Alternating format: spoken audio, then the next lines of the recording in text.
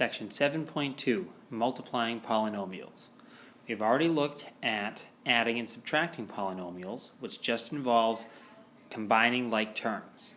Multiplying polynomials is a more complicated but often more interesting type of problem. There are a lot of different ways to approach these problems, so we're going to see a lot of different methods here today.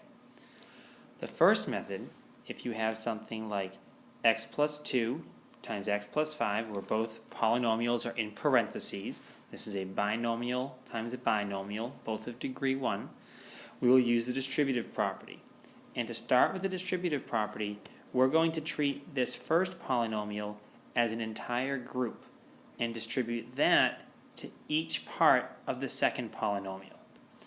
What that will look like is taking x plus 2, keeping it together, and multiplying it by x, and then taking x plus 2, keeping it together once again, and multiplying by 5.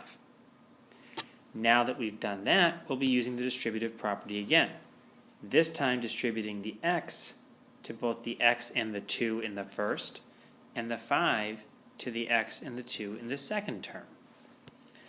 X times x, now they can be multiplied, and x times x we know is x squared, plus x times 2, which is 2x. Even though x and 2 are not like terms, they can be multiplied. From the second distributive property, I'll get 5 times x, which is 5x, and then 5 times 2, which is a positive 10. Now I just want to make sure that everything is simplified, so I'm going to combine any like terms that I can. The x squared stays as it is. 2x plus 5x combine to become 7x plus 10. And that is going to be my final answer. Another method you could use for multiplying polynomials, like x plus 3 times x minus 4, is a vertical setup similar to the method we used for addition and subtraction. We will set this up like a traditional multiplication with large multi-digit numbers, something like x plus 3. Now, you gotta be careful about using an x for a times there. I'll put it in and try to make it very clear that that's different than just a regular x. But then I will include x minus 4. What we're now going to do is we're going to take the first digit, almost like we would with a ones digit if these were numbers, and multiply by x plus 3. I'm just going to start by going this way and then moving to the left. So I'll start by doing negative 4 times 3, which is of course negative 12, and then negative 4 times x, which is negative 4x. It's very important that the negative, which is in front of the number 4, stays with it as I multiply both of the terms in the previous polynomial. Now, like with a regular multiplication, I can move a space over. I don't need to put anything here. And I'm going to take x and multiply it by 3 and then by x. X times 3 is 3x, and x times x is an x squared. Now, I want to make sure I put the proper symbol there. My 3x was positive, so I'm going to make that a plus. And now I have a problem very similar to when I had my addition and subtraction of polynomials. All I have to do is add straight down. The negative 12 doesn't match up with anything. If you want to put in a plus 0 as a placeholder, that's fine. Otherwise, you don't need it. You just get negative 12. Negative 4x plus 3x is going to be negative 1x, or just negative x. And finally, x squared has nothing to match up with, so it's just x squared. And x squared minus 4 minus 12 is going to be my final answer. What's that, you say? 2 methods aren't enough? Well, then here's a third. A method similar to a Punnett square that you'll have seen in biology class.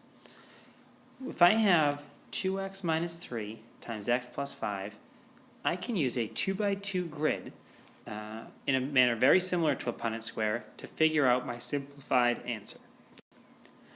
The first thing that I'll do is I'll take my first polynomial and go term by term and write those on the top of my Punnett square.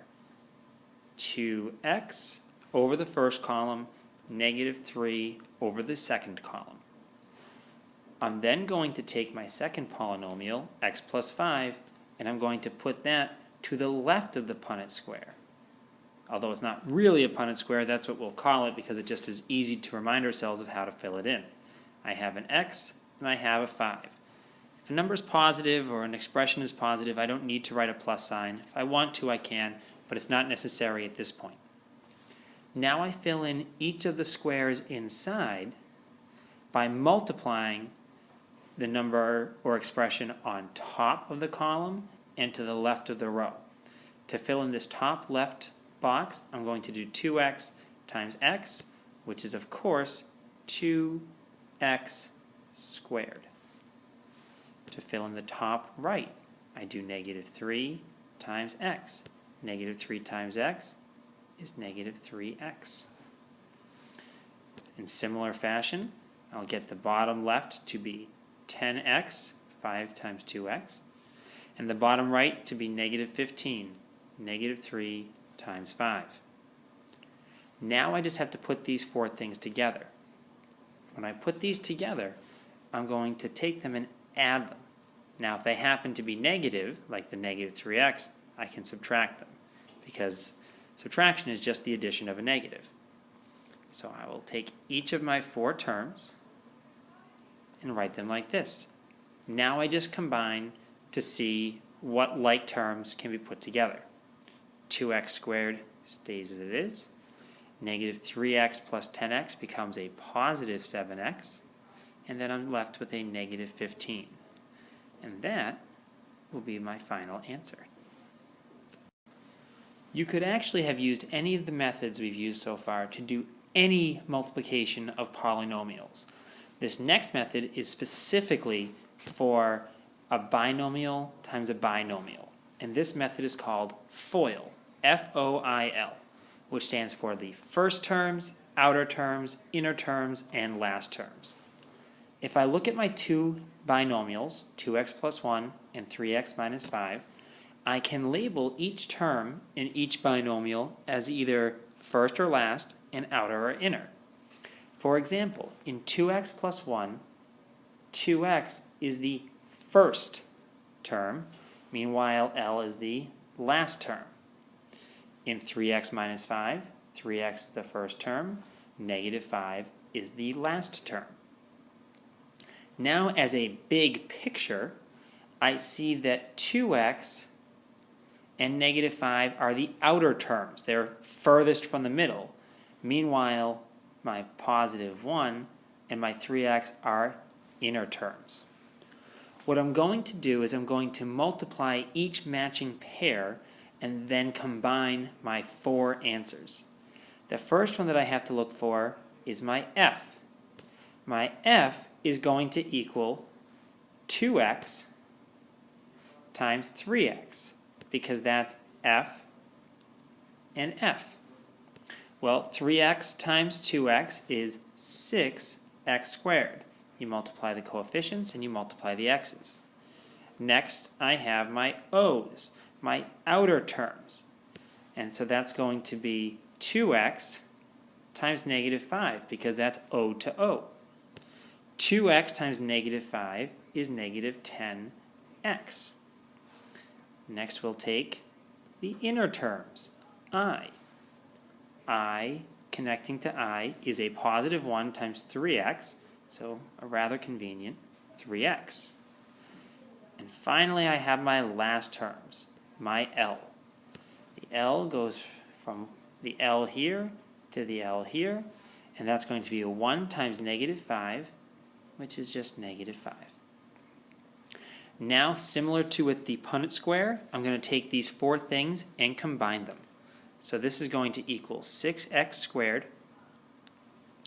minus 10x plus 3x. I can combine those automatically and just make that minus 7x.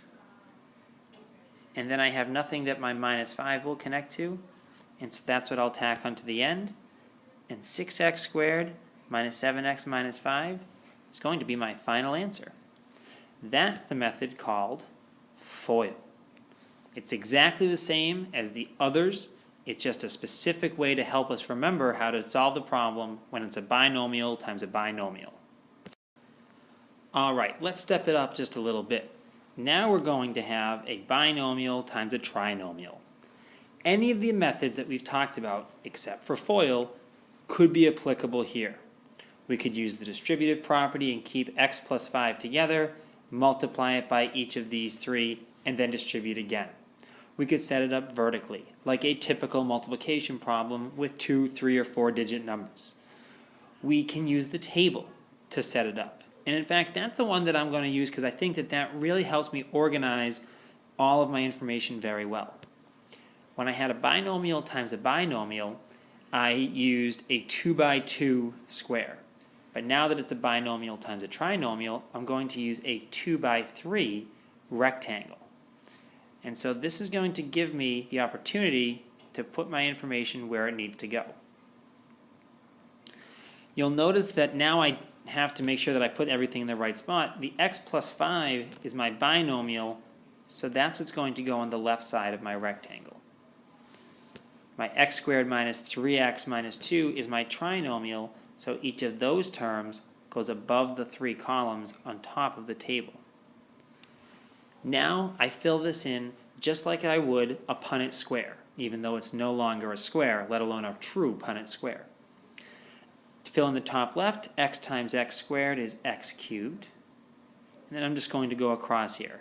X times negative 3x is negative 3x squared.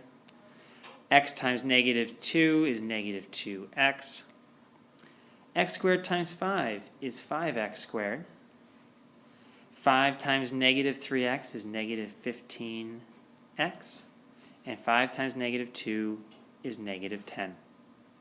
Now that I have these 6 terms, I want to combine like terms by adding together what I can. All that I'm going to end up with here is an x cubed, and then I look at my x squareds and I notice that these two are like terms, so negative 3x squared plus 5x squared is a positive 2x squared. Then for my x's, I have these two are like terms. Negative 2x and negative 15x make negative 17x. And then I just have one constant term, negative 10. And that is going to be my final answer. My suggestion at this time would be to go back and look at all the previous examples and attempt to use a different method to evaluate the product. Check that answer against the answer that we got. It should be exactly the same. That's the best way to practice this, by using all of the different methods available to you.